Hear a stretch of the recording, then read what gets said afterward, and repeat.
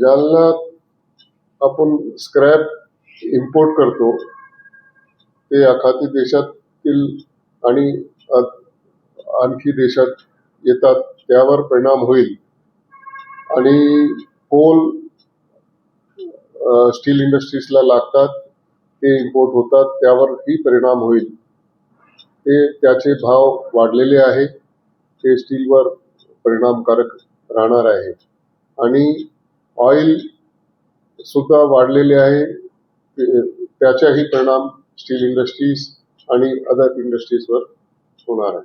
नेमके स्टीलची किती दर वाढू शकतात किंवा काय परिणाम होऊ शकतो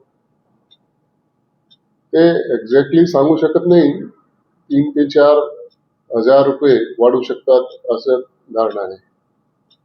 स्टील इंडस्ट्रीला जे रॉ मटेरियल येते त्याचं मोठ्या प्रमाणात काही युद्ध सुरू आहे, त्याचा काय इंडस्ट्रीवर परिणाम होणार? त्याच्या इनडायरेक्टली ते कोल आणि स्क्रॅप कोल महाग झाले तर त्याचे प्रोडक्शन कॉस्ट वाढेल, स्पॉन्ज आयर्न आणि स्टीलची, ते परिणाम होईल.